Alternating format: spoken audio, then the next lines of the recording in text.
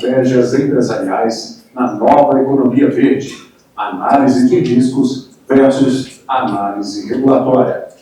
Convidamos para este painel Otávio Marques, coordenador de saúde e segurança do consórcio empreendedor Corumbá 3.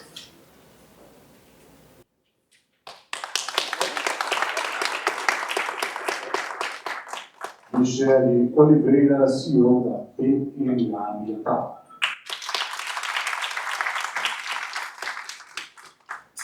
Renato Andrade, sócio do Manu de Advogados, experiente em compliance ambiental e aos recentes contatos com o UGG Avocado, no que se refere a regulamentações emitidas pela União Europeia.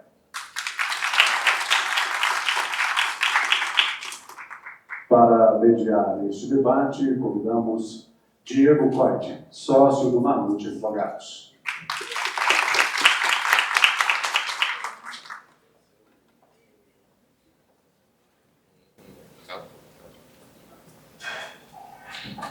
Inicialmente, vamos ouvir as considerações do mediador deste painel.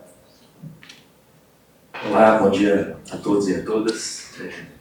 Obrigado pela presença, pela participação. A gente sabe que o tempo de todos é muito valioso e muito concorrido. Aqui a Ana Paula, que cotidianamente no escritório, ela é gestora de pessoas do escritório e cobra em relação à melhor administração, especialmente pelo meu tempo. Então, realmente tem muito carinho, muito apreço quando a gente consegue ter um público tão seleto a dispensar atenção e integrar o evento do Manu de Advogados. Obrigado, Otávio, Michele, Renato, meu companheiro aí do dia a dia das nossas discussões ESG, dos nossos desafios empresariais. O Otávio gentilmente veio de Brasília para integrar o nosso painel. A Michele, além de participante debatedora do nosso painel, é nossa patrocinadora da PMA Ambiental. Muito obrigado. Nós temos aqui, neste painel, um desafio, né? Uma abordagem desafiadora, porque quando tratamos de mudanças climáticas, nós estamos colocando uma pauta que nos desafia, antes de tudo, a formatação do diálogo, né, de um alinhamento que pode necessariamente estar muito próximo das nossas realidades numa escala local, mas, antes de tudo, nos desafia a criar consensos numa escala global. E a gente vive, inegavelmente, um mundo de polarização. Não é exatamente aquela mesma polaridade ou bipolaridade que nós vivenciamos aí ao longo da história durante um longo período de ideologias, enfim, bem marcadas, mas talvez uma polarização que coloque em xeque, talvez, as certezas que nós podemos ter e construir, inclusive em relação ao próprio conhecimento científico. Isso tem sido, obviamente, bastante relativizado, bastante questionado. Haja vista ali os rótulos empregados para aqueles que questionam, especialmente as causas, talvez não os efeitos, porque é muito mais difícil a gente combater os fatos, mas as causas ligadas, né, às mudanças climáticas. Mas, independentemente daqueles que podem aí carregar o rótulo de negacionistas, obviamente nós não discutiremos esse viés, né? Nós temos ocorrências cada vez mais gritantes, muito bem marcadas, e que nos mostram aí, talvez até pela própria experiência de vida de cada um, que os eventos climáticos eles têm se tornado cada vez mais intensos, e isso nos traz reflexos, haja vista aí, por exemplo, as pontuações colocadas no nosso primeiro painel. Então, existem realmente critérios técnicos, financeiros, educacionais, que cada vez mais passam a ser integrados e considerados, não só na vida cotidiana, mas também na tomada de decisão em todos os níveis, né? As decisões governamentais, as decisões empresariais e como isso efetivamente reflete em nossas vidas e na própria organização econômico-social. Nesse contexto, né, enfim, a gente vê como a percepção relativa aos problemas climáticos eles mudam ao longo do tempo, porque as proporções vão se acomodando ao longo da evolução do tempo. Na segunda ou na terça-feira, não me lembro, eu vinha estudando com uma das minhas filhas, e eu fico incumbido, o Renato acho que também tem essa incumbência, outros aqui também têm essa incumbência, muitas vezes de chegar em casa, e aí por isso a administração do tempo, eu fico incumbido de chegar em casa e ajudar a Antônia e a Helena, elas têm 9 e 8 anos, respectivamente, a arrematar o dever de casa.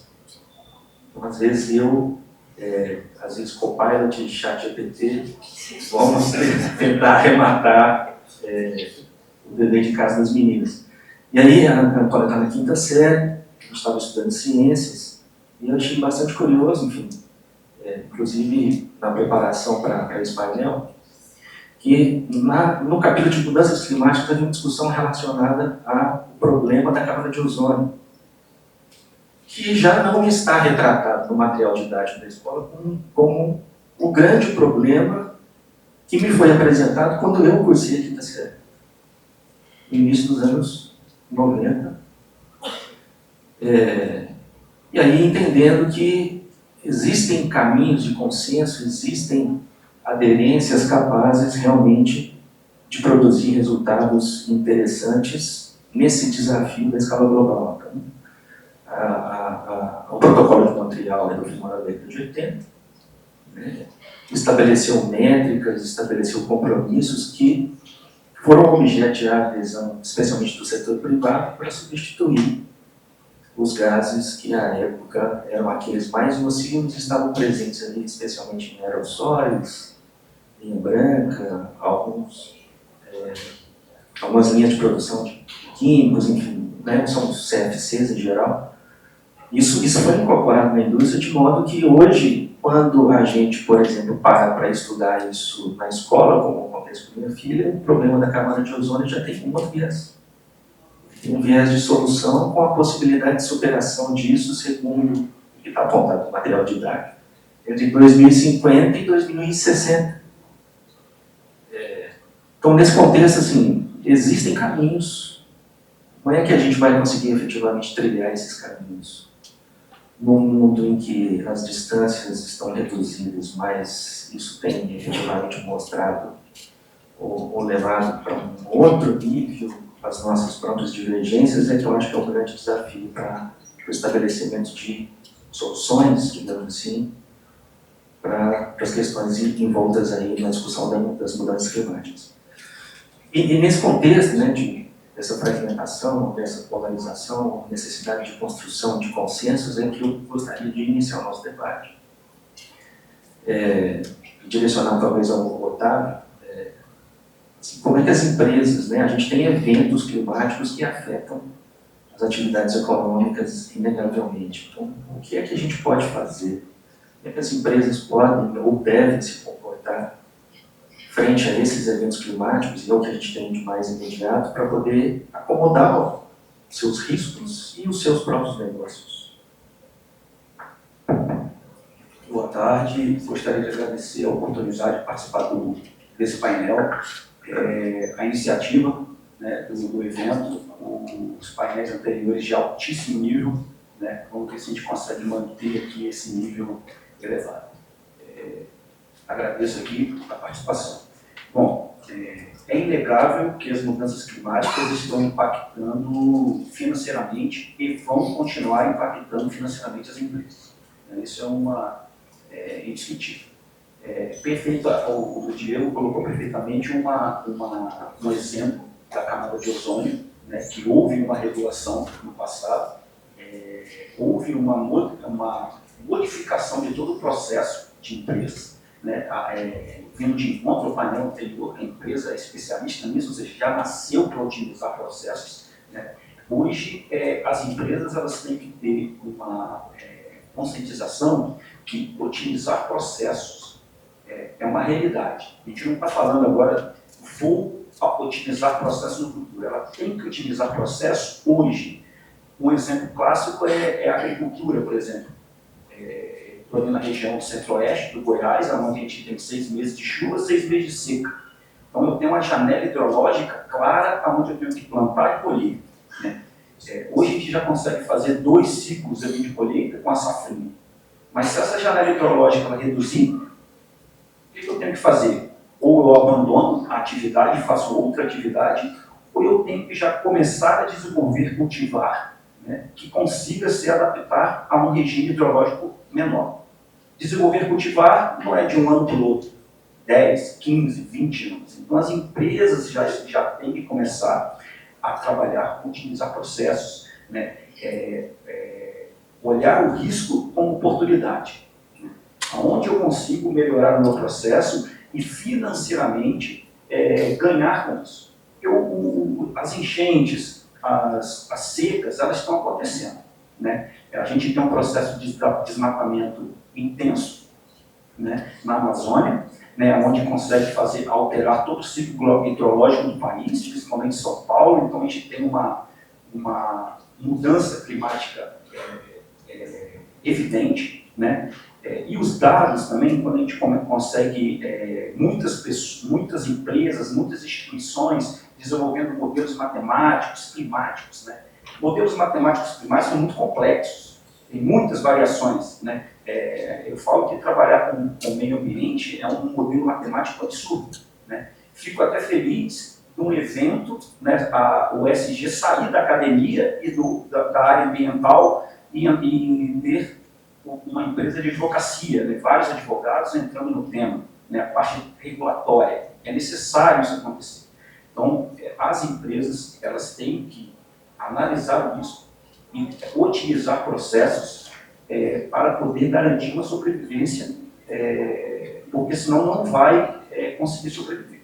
As que conseguirem entender que tem que transformar o risco em oportunidade, elas vão se prosperar. A gente tem vários exemplos de grandes empresas, né? As empresas que não... mudança climática não é futuro mais, é o presente, e em algum momento já aconteceu problemas. Rio Grande do Sul teve uma tragédia gigantesca, independente do tamanho da empresa, pequena, média ou grande, foi devastada, né? A empresa não necessariamente precisa estar alocada no Rio Grande do Sul para ter sido afetada. A cadeia produtiva dela poderia ter sido lá. Ela está em São Paulo, receber produtos do Rio Grande do Sul, ela foi impactada.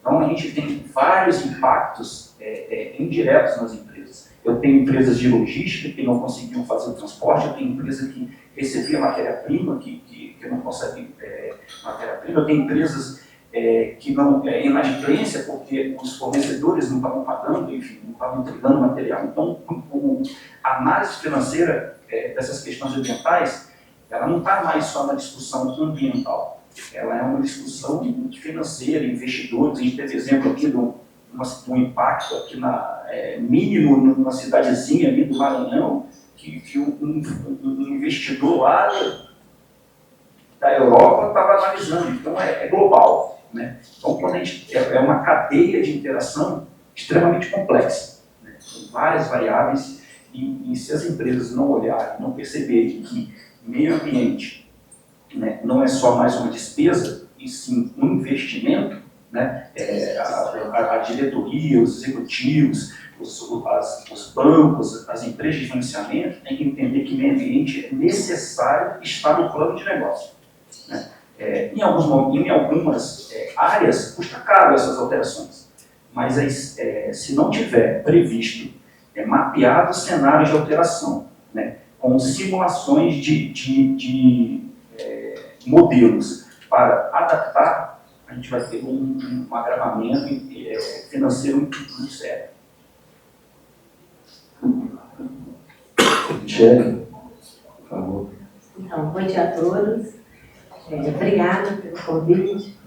Eu já sou parceira do Uma Noite há bastante tempo. E quando é para falar de desafio climático, né, eu vou lá para a minha cidade, a gente é de Santa Luzia, a gente está perto do Rio das Velhas. Então, a época de final de ano para a gente é problemático, porque a gente fica preocupado. Vai ter enchente ou não vai ter enchente? Como que vai ser o acesso? O funcionário vai chegar ou não vai chegar para trabalhar?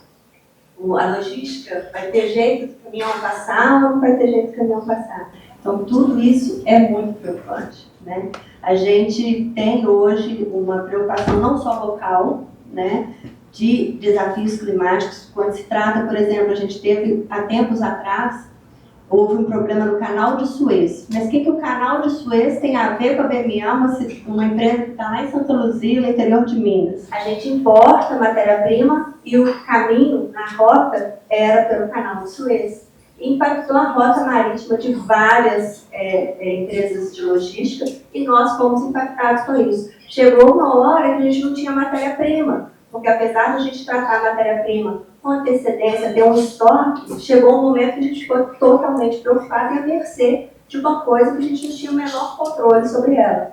Então, assim, é muito preocupante os desafios climáticos que a gente tem e a gente tem que realmente pensar, igual foi falado aqui hoje, do ESG, como uma ferramenta diária, uma rotina dentro das nossas atividades. A gente não pode mais pensar como uma coisa que vai acontecer futura. Ela tem que estar sendo analisada dia a dia, todas as nossas condições sociais, econômicas, ambientais, de governança, para a gente poder ter um impacto menor quando a gente tem esses desafios, né? Então, aí, além da enchente, além do Canal de Suez, tem as secas e as águas, né? O período nós trabalhamos muito com o produto, que é um produto sazonal. O grande produto da BMA é trabalhar com supressão de poeira. Então, se eu não tenho sol, eu não tenho poeira, eu não vendo produto. Aí, quando ocorre uma chuva, um período de chuva prolongado, isso impacta diretamente no meu caixa.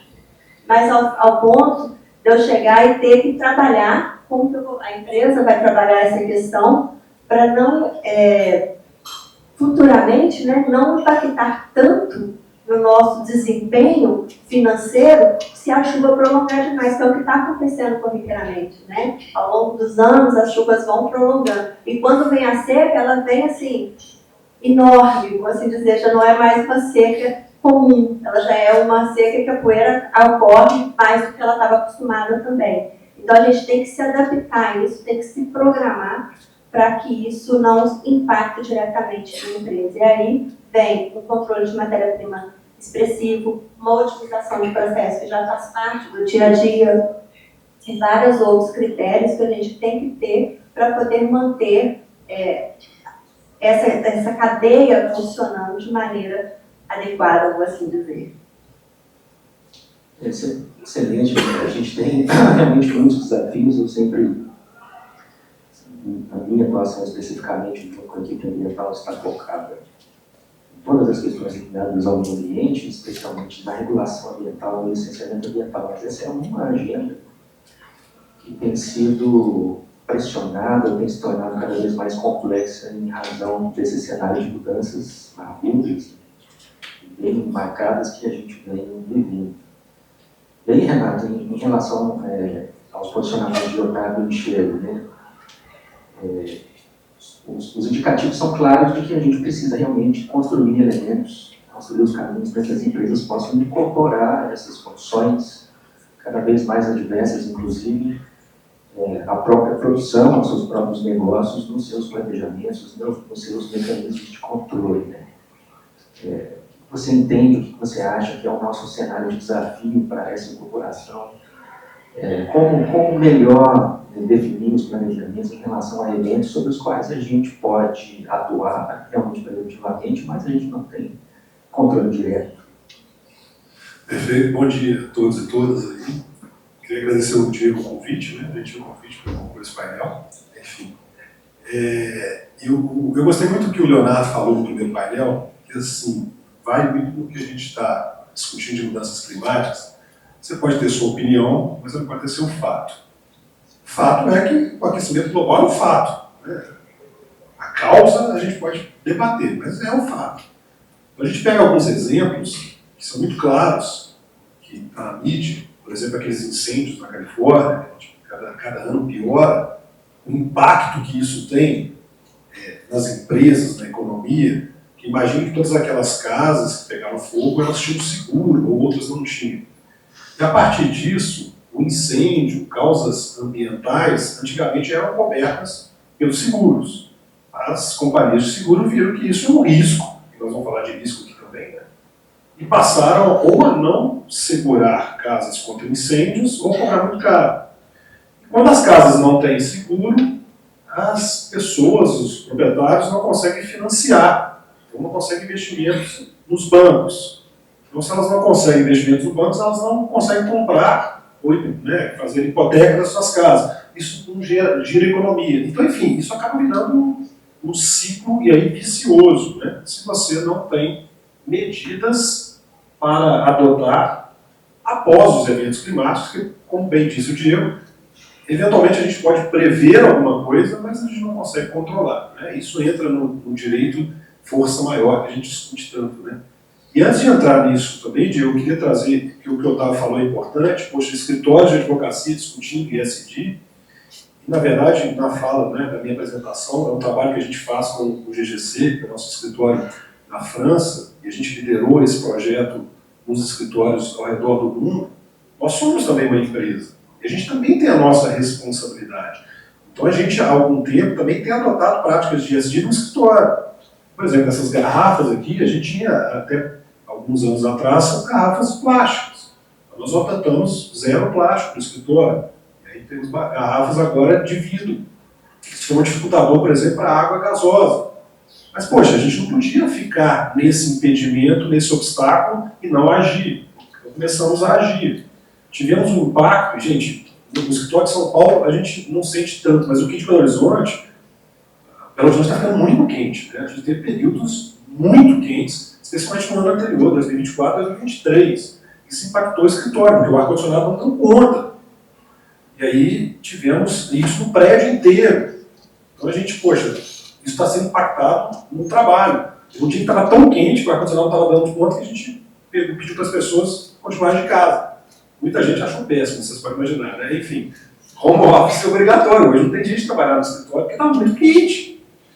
E aí, outra prática que a gente adotou, as salas de reunião são desligadas, o ar-condicionado é desligado. A gente tenta preparar um pouco antes da reunião, mas, enfim, às vezes não é possível. Então, são todos impactos e práticas que a gente teve que adotar. E aí, o primeiro ponto, né, gente, é ter um direcionamento, saber qual que é o problema e adotar isso como política. E a gente coloca isso como algo importante para as empresas. E é muito legal a gente ter visto as experiências dos painéis anteriores, de que as empresas continuam muito preocupadas com a pauta ESG, a despeito do que está acontecendo, especialmente vindo, né, dos Estados Unidos.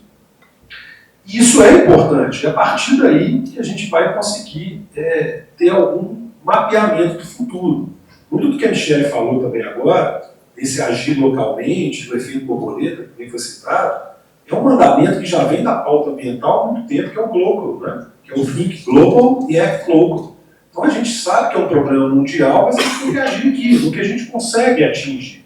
Então quando a gente tem essas práticas no escritório, a gente também está dando um passo favorável ao meio ambiente, que é quem puxou a pauta ESG.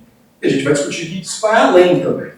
Mas a partir do mapeamento e da leitura como política, do direcionamento, como planejamento estratégico da empresa, é que a gente começa a caminhar na pauta ESG. E a gente fala muito de sustentabilidade, ESG como se fosse sinônimo, mas não é, né? A sustentabilidade é uma ideia muito mais abrangente e o ESG entra na pergunta do Diego, que são as métricas de avaliação da sustentabilidade, especialmente voltadas para as 3 letrinhas, a governança, o ambiental e o social.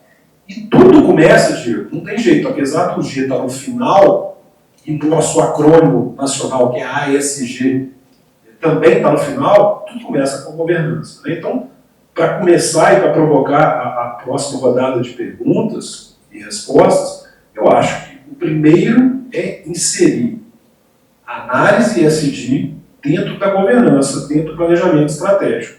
E a partir disso, elaborar uma política, metas, gerar relatórios, enfim, e a partir daí começar a agir. De fato, isso foi colocado nos painéis anteriores, né, de alguma forma, como, não só como uma necessidade, uma realidade, mas um desafio. especialmente em como acomodar essa discussão no âmbito de tomada de decisão, né? Nós precisamos de ação. E aí, volto com o Michel e o Otávio para justamente ter a visão deles em relação a esse direcionamento, né? Como colocado aqui, da necessidade desse planejamento, dessa incorporação. Mas, de fato, em termos pragmáticos, né? Que tipo de desafios, que tipo de dificuldades a gente precisa vencer, pelas experiências de cada um de vocês, como é que a gente pode melhor enfrentar esses desafios dentro das corporações, né, até a chegada à implementação de ações a partir das tomadas de decisão. Então, lá na BNA, a gente está implantando o ESG agora. Apesar de já ter um histórico, somos uma empresa ambiental, então sempre a sustentabilidade, sempre a economia circular foi uma preocupação. Agora a gente está colocando isso à mostra, criando as métricas para poder levar isso ao conhecimento dos funcionários, da sociedade e de um todo. E nós travamos no primeiro impacto, que quando se trata de social, igual acho que a Luísa falou aqui, ela, na hora da contratação, na hora da diversidade, né, você tratar a diversidade dentro da instituição, é muito emblemático, porque gera, cada um tem um ponto de vista, cada um tem uma forma de tratar, e aí quando você traz isso à tona, coloca isso em discussão dentro da empresa, gera muito problema. E que você imaginava que, assim, não é uma coisa tão corriqueira hoje em dia, você falar de o número de mulheres dentro da empresa, você falar o número de homossexuais dentro da empresa, você falar se a pessoa se declara parda, branca, preta.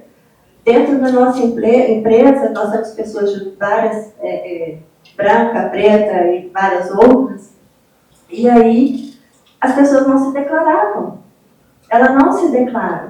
E a gente precisa disso para poder ter uma efetividade da diversidade dentro da empresa, a gente não consegue. Então, se você próprio não fala sobre você, como é que a gente pode colocar isso em métrica, né? Então, isso é um desafio dentro da empresa.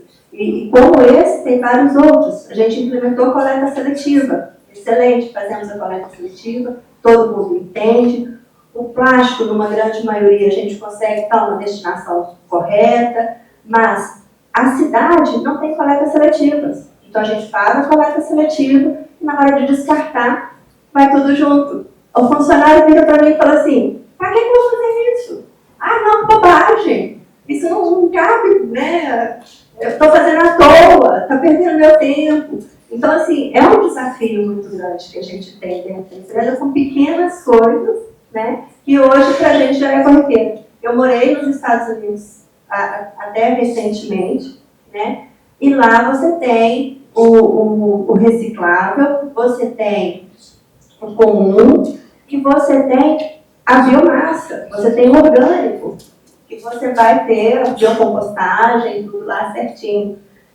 Não é uma prática de todos os países, mas lá na minha região onde eu morava tinha, e eu achava isso interessante. E não é qualquer coisa também que você vai descartar, né? Você também tem que ter a consciência, então vem uma explicação do que você deve coletar no orgânico, o que você deve coletar no descartável, e no comum pode ser qualquer coisa. Então, assim, você tem que ter uma instrução para isso acontecer. E a gente tem que começar nas pequenas coisas. Então, a instrução vem num primeiro momento, você criar uma cultura dentro da empresa, onde você vai fazer uma reciclagem, por exemplo, e mostrar para a pessoa que aquele papel dela é importante, né? Apesar de não ter uma coleta seletiva dentro da cidade, a gente pode fazer a diferença. A gente pode dar outra destinação, que não só para o lixeiro passar, a gente mesmo pode pegar e levar para um outro ambiente. Um pequeno exemplo. Bom, essa implantação dessas práticas ela é um desafio muito grande. Eu estou há 15 anos na empresa, eu trabalho com hidrelétrica, e eu lembro que quando eu chegava para implantar a coleta seletiva, a GE já veio o cara do meio ambiente. Tem que juntar lixo, tem que reduzir apagar a luz. Então era uma crítica que eu levava na brincadeira, mas era uma brincadeira séria. Ou seja, a gente dava trabalho e para as pessoas, juntar lixo, trocar lâmpada por LED, enfim. Hoje não. Hoje reverteu. Hoje chama o cara do meio ambiente para a gente entender isso aqui, ou numa expansão, ou no negócio, né? Então a gente trabalha bastante aí com os advogados, é uma interação muito grande, então foi nítido a evolução da empresa ao longo do tempo. Inclusive, eu trabalho bastante com a parte orçamentária, a minha equipe hoje ela é tratada como investimento. Então, mudou um pouco o pensamento, a parte de reflorestamento, que praticamente a gente já reflorestou 2.000 hectares em volta do reservatório, com aproximadamente 3 milhões de mudas, né? É uma referência ali no Goiás para reflorestamento, uma parceria muito forte com o Ministério Público para outras usinas. Então, ao longo do tempo, essas práticas elas foram incorporadas pela empresa. Então, isso é bem nítido. Quem chega hoje não consegue perceber, a prática já está incorporada, mas não percebeu a evolução que teve. E quanto aos indicadores, eu tenho uma preocupação muito grande, como engenheiro que sou, de indicadores. Indicadores são complexos, né? Tem muitos indicadores que a gente vê que não indicam nada, não serve de nada. Então, ao definir indicadores, a gente tem que ter clareza e mostrar para as pessoas que estão pesando o lixo ou que estão medindo a conta de energia a importância daquele indicador. Tem um caso emblemático lá na empresa que todo primeiro dia útil do mês a gente tem que mandar os dados de consumo para o ONS para gerar uma fatura. E o contador ele tem que ser até meio-dia, porque ele tem que fazer um boleto, o pessoal da regulação deve saber disso aí. E ninguém nunca entendeu, ninguém dava valor para esse e-mail desse cara. O cara só aparece no primeiro dia útil e manda esse e-mail, depois ele deve ir embora da empresa. E ninguém respondia, o cara só estava para mim, 11h40, tem que pedir a taxa, a fatura. Aí eu fui lá com ele e falei, me explica o porquê de todo dia primeiro você precisar dessa informação, porque ninguém lê seu e-mail. Você está há 10 anos mandando e-mail e ninguém lê. E sobra para mim. Ele me explicou, falou que era importante, se não tirar, era multa, não sei o quê. Eu falei, agora eu vou chegar para quem está te passando informação e vou explicar.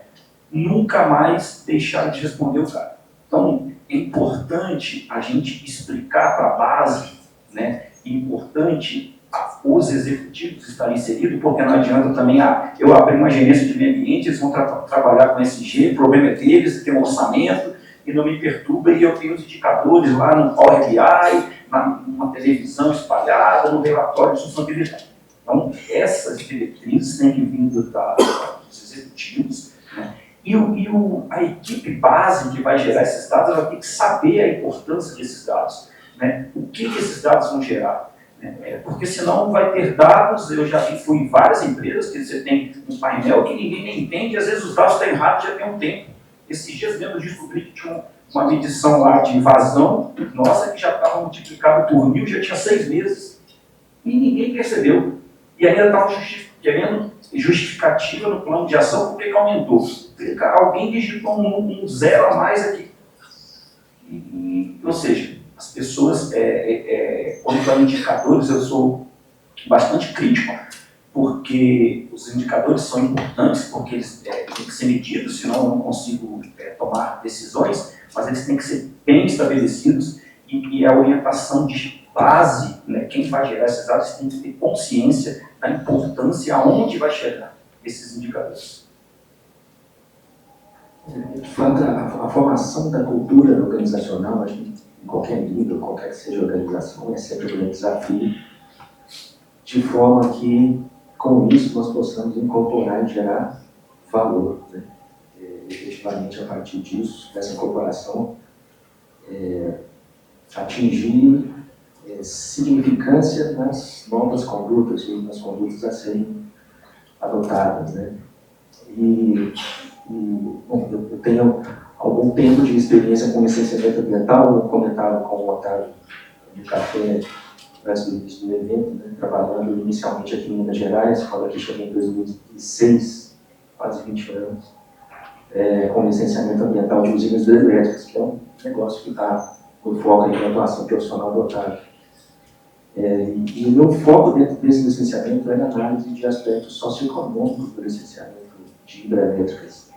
Uma pauta sensível, mas muito difícil naquele tempo de ser trabalhada, porque a percepção, né, ou o capítulo reservado ao próprio licenciamento ambiental como importante instrumento da política nacional de meio ambiente se limitava, em relação aos aspectos socioeconômicos, à geração de emprego, renda, pagamento de impostos e, de repente, tratativas mais imediatas em relação aos impactos gerados.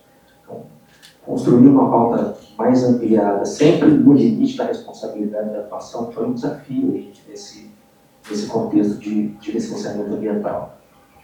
Mas isso nos traz o seguinte, né? Independentemente das ações que as empresas e do valor que as empresas, as companhias já têm observado e do impacto positivo da adoção dessas novas condutas, desses valores na sua própria atuação, é inegável que a gente deve começar a enfrentar, e já começou a enfrentar.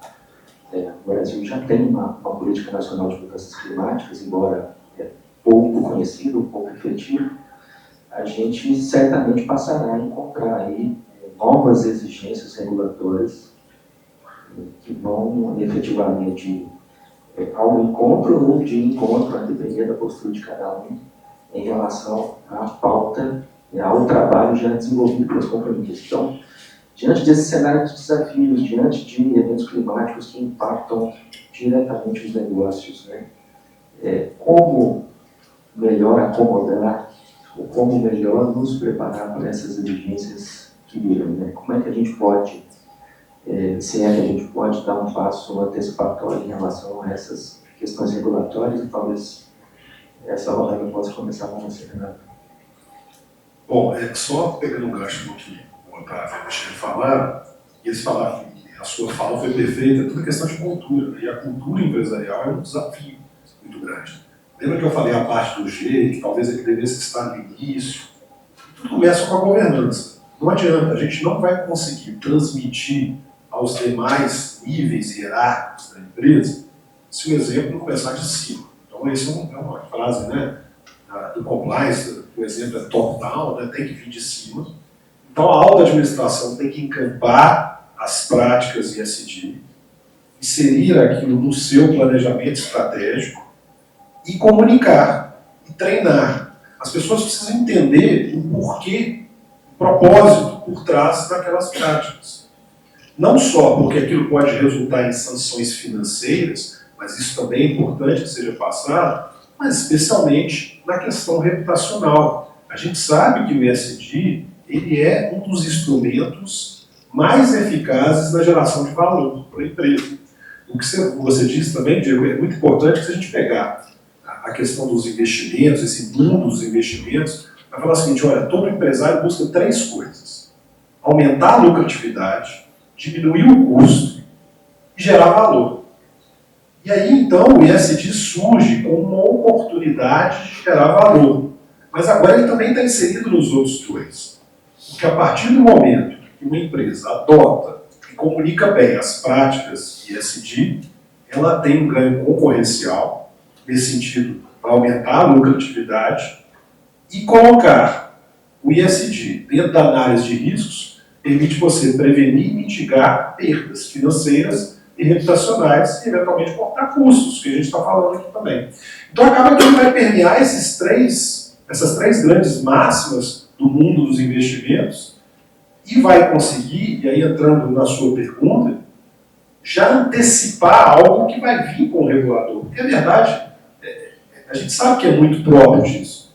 É muito bonito falar em geração de valor, em sustentabilidade, em proteção ao meio ambiente, responsabilidade socioambiental, mas a gente sabe que se não vem enforcement, né, não vem uma possibilidade de sanção, ou uma possibilidade, pode ser uma sanção premial também, fica difícil convencer o empresário que isso é custo e não é investimento. Isso é investimento e não é custo, né?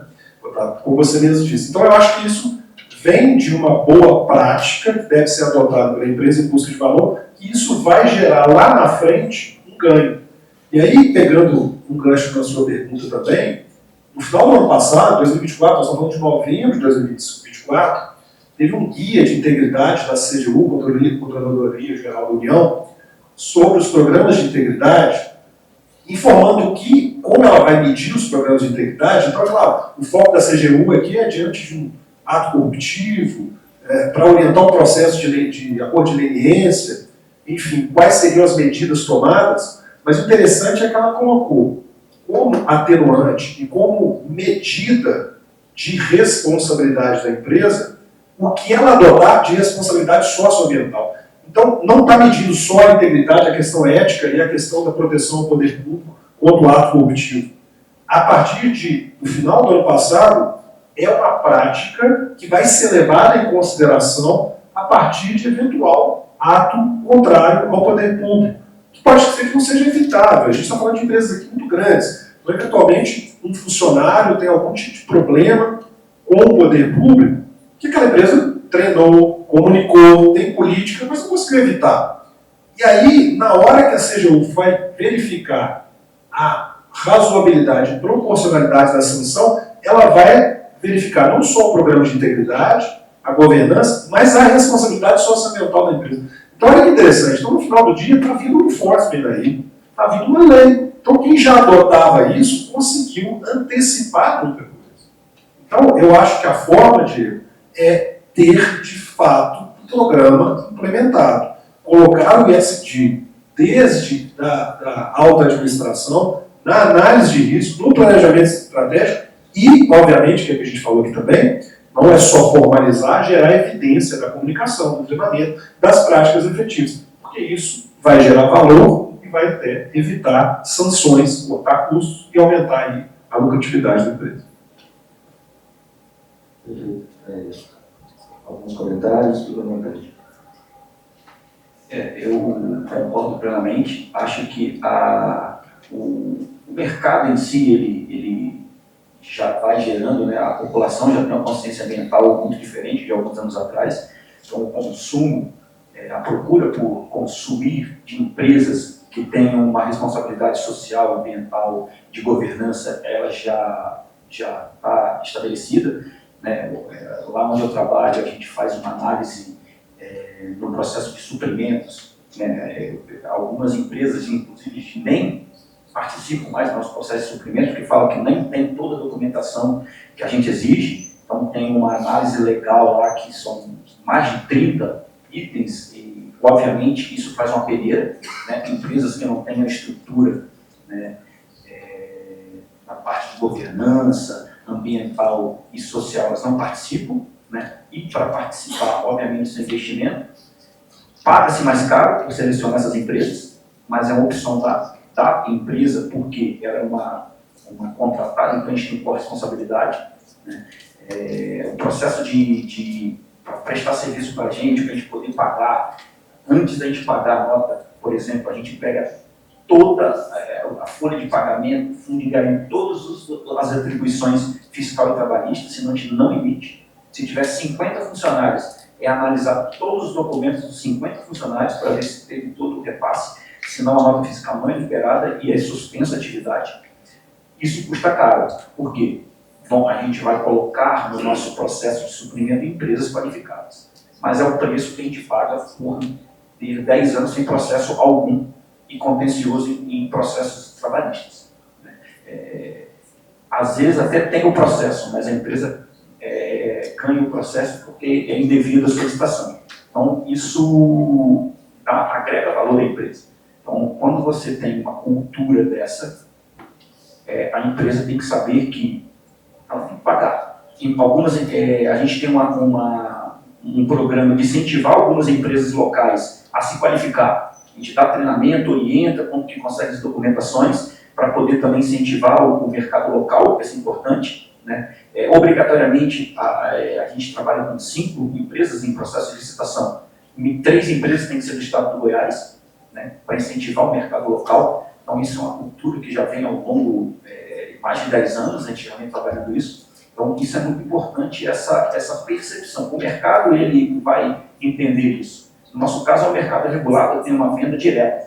Mas se fosse no Mercado Livre, se eu tivesse energia no Mercado Livre, por exemplo, outras empresas iam perceber que as minhas subcontratadas têm um nível de cultura já elevado e eu analisar toda a cadeia, e não só o meu produto, né? Que é uma tendência.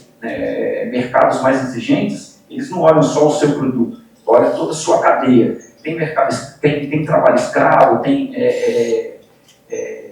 algum processo trabalhista, enfim, isso vai valorizar. E uma regulação vai potencializar. Então, essa agenda, ela tem que ser trabalhada, ela tem que estar nos novos planos de negócio, porque senão as empresas não vão evoluir.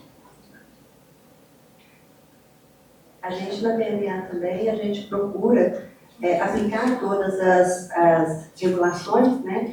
Porque quando a gente presta serviço para empresas, também somos cobrados. Então, a cadeia, ela de um modo geral, a gente analisa toda a cadeia. Então, como nós somos cobrados, nós também cobramos os nossos fornecedores para que sigam trabalho escravo, trabalho infantil, tudo isso, corrupção, lei anticorrupção, a gente olha tudo isso. Tem muitas fornecedoras que a gente está em formação, né, porque eles não estão preparados, principalmente quando a gente fala de fornecedores locais, tem esse desafio de prepará-los também. Então, às vezes, a gente é a primeira empresa que está exigindo isso dele, então a gente tem um delay aí na prestação do serviço, um custo mais elevado, mas a gente procura dar oportunidade a novos fornecedores que não estão preparados para que se preparem para essa questão, e a gente está sempre monitorando e olhando a gente também o que a gente está fazendo para que isso ocorra. Então, a gente está sempre de olho, sempre pensando, e a gente até fez um trabalho com o Manute, a Ariela teve lá puxando nossa orelha em algumas questões trabalhistas. Olha, você está prestando atenção nisso, você está olhando aquilo ali, na prestação de serviço, você está cobrando do seu fornecedor a documentação dele, para a gente poder estar regular, para você não ter problemas futuros. Então, isso tudo a gente está se preparando também para ter um trabalho melhor e não ter problemas futuros dentro da empresa. Então, só um exemplo do que a gente vem fazendo e com a assessoria do Manute Advogados. Perfeito. Bruno já sinalizou ali para nós, por mais de uma vez. Nós chegamos aqui ao ponto limite do nosso painel. As discussões sempre muito ricas, com colocações aí importantes em relação à perspectiva que nós tentamos trazer. Agradeço a todos pela participação, agradeço ao Otávio, Michele, Renato. Espero vê-los em breve aí nos nossos próximos eventos, os eventos sempre promovidos aí pelo Grupo de Advogados.